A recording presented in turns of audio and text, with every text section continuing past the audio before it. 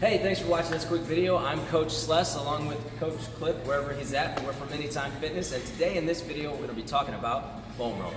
Yeah, foam rolling!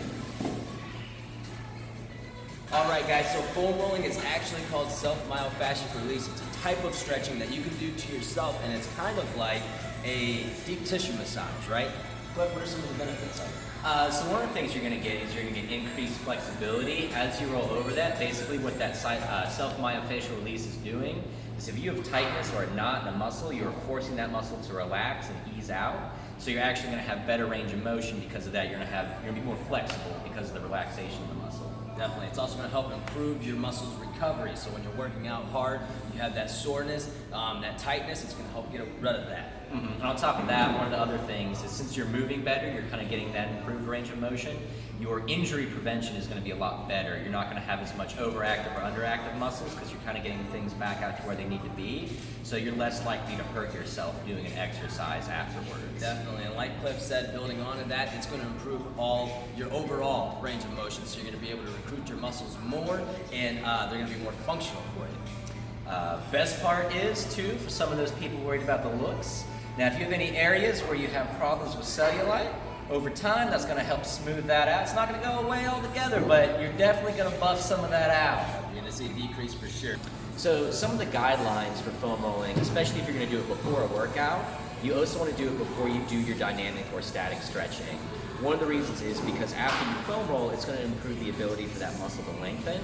So you're getting more out of your dynamic or your static stretching. You're going to have a little bit better time and more relaxed for it. It's going to help prepare you for the actual workout more, doing it before you're stretching. Definitely. Now, the way to do this is you want to start at the top of the insertion of the muscle and go slow until you find a tender spot. Now, once you have that tender spot, Cliff, what do they do? You want to hold that area, you want to continue rolling over that until you feel that pain start to alleviate, that tension kind of go out of there. You want to spend at least 30 seconds on each muscle group, but if you find an area that you definitely have a knot or an overactive muscle in, you want to spend, like I said, at least 30 seconds up to 90 seconds rolling over that area until you really feel that start to relax. Definitely. And one thing that I do personally is once I find the tender spot and I let it relax a little bit, I'll slowly roll back and forth, and then I'll continue on throughout that muscle group. Now, Cliff, let's hop down real quick, and I want to explain what we should be doing. So Cliff's going to roll his quads, right? So we're going to start right at the top of the knee, right at the insertion. He's going to go nice and slow, find that tender spot. Now, one other thing we can do here, we want to experiment with it a little bit and hit every part. Really feel how the foam roller is affecting that muscle group. Quads especially, because this is one of the largest muscle groups we have. I mean, quadricep, we have 4 heads to it. So there's a lot of different angles to the muscle. A lot of people will start and just get the top of the leg here, but one thing I like to do, I know this is kind of a suggestive pose, but I like to take my one outside leg and I like to dip in and really just pull the outside of my quad right across the foam roller nice and slow right here, and take at least 4 or 5 trips along the outside, as well as transitioning over to the top of the quad and then just switching legs and doing the same thing.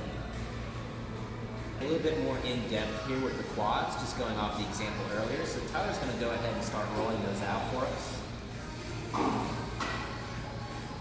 And now if you look, he's just going nice and slow over top of the quad, which is the biggest area a lot of people like to get. He's found that tender spot, like we said, spending at least 30 to 90 seconds just kind of going over that till that relaxes. Now once he's done on there, there's a couple other areas in the quad that we want to hit. We want to go along the inside of the leg here. There's an area that we often refer to as the teardrop because of the shape that it makes when it wraps around the knee. That area is going to be a big one to hit. So what you actually want to do is you want to kind of come out to the side, get one leg at a time, and you just want to go right along the inside of that leg there, getting that part where it wraps around the knee. And after he's done going over that way, we have other areas too. We can roll over to the side and we can hit the outside of that quad as well. Going down. Now for a lot of people, this is going to be the most painful area for them in their quads. Typically we carry a lot of tightness along the outside of that leg there, especially in our legs. You want to go right up there towards the hip. Right back down towards the knee, nice and slow, just like Tyler's doing. Like I said earlier, a lot of people miss these outside parts of the leg, and we typically just get the top part of the leg. And we're going to miss a lot of these areas along the outside that help contribute to a lot of our leg exercises. So you want to make sure you're really getting the bulk of the leg you're not missing anything by just skating along. All right, guys, going right along with that, you can also look at the IT band. So do that pretty much just the side of your thigh. You want to show that real quick? So right here again, starting from right from the insertion all the way up. This is also going to help with the sciatic nerve a little bit here. If you're doing a lot of sitting and things like that, and you have sciatic nerve problems, be a little bit careful with this one because it is going to hurt. But this will help you with that, so stretch that out. Cliff, how's that feel? Not great. Not great. In a good way. Why don't we go ahead and go into the glutes? A lot of people don't think about the glutes, and I know for some people when you start off, it's a weird area to roll. Some of us aren't blessed with a lot of that area to roll, if you know what I mean. We don't have a lot of that packet back there.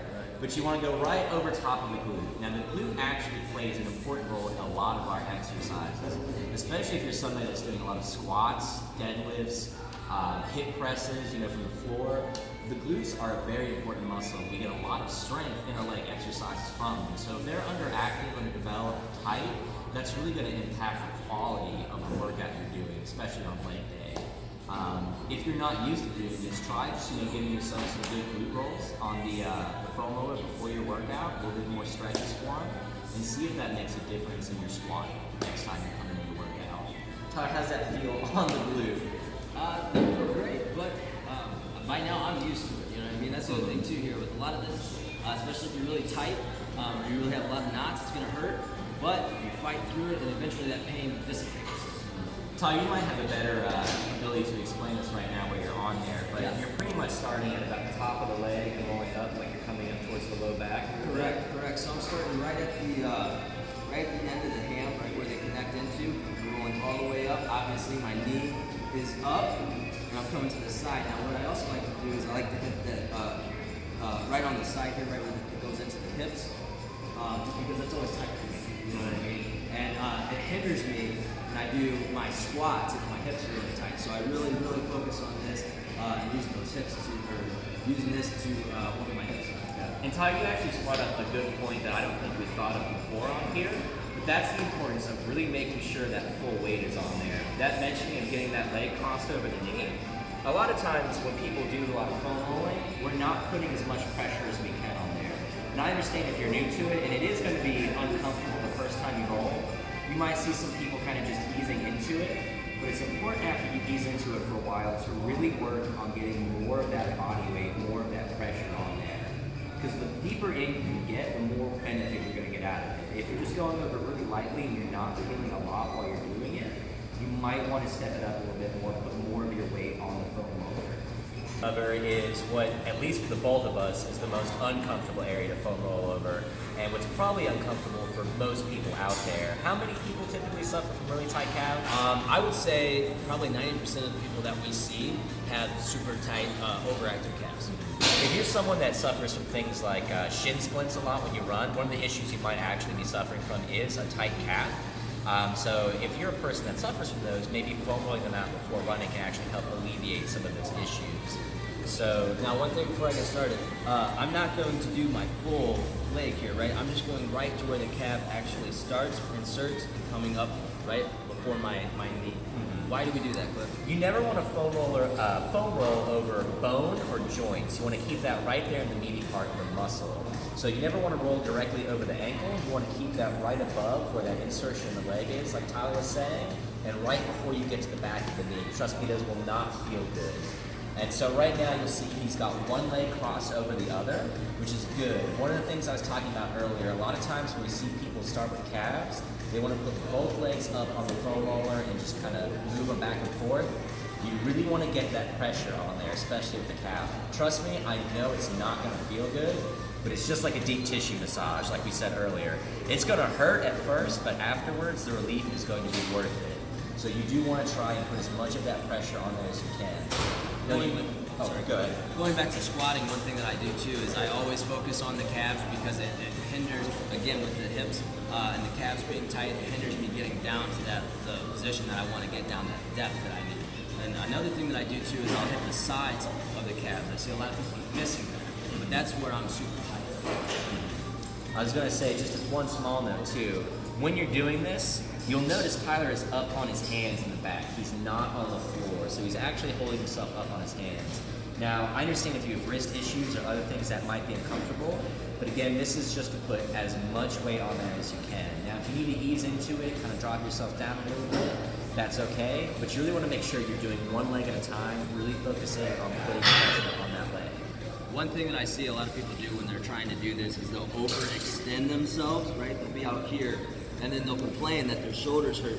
And obviously you're overextending yourself and putting too much pressure on your shoulders. So put your hands right beside your butt and lift up. See how he's got a nice straight line from the wrist all the way up to the shoulder? He's not pushing himself further back. His arms aren't way out past him. He's a nice straight line there. Next up, we have the upper part of the back.